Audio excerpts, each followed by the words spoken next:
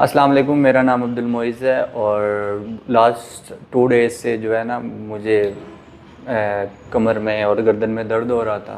तो मैंने काफ़ी जगहों पे घूमा फिरा, मतलब मुझे आराम नहीं आ रहा था। सीबीडी क्लिनिक का पता चला और मैं डॉक्टर साहब के पास में आया और आई थिंक कि ये सबसे बेस्ट ट्रीटमेंट है।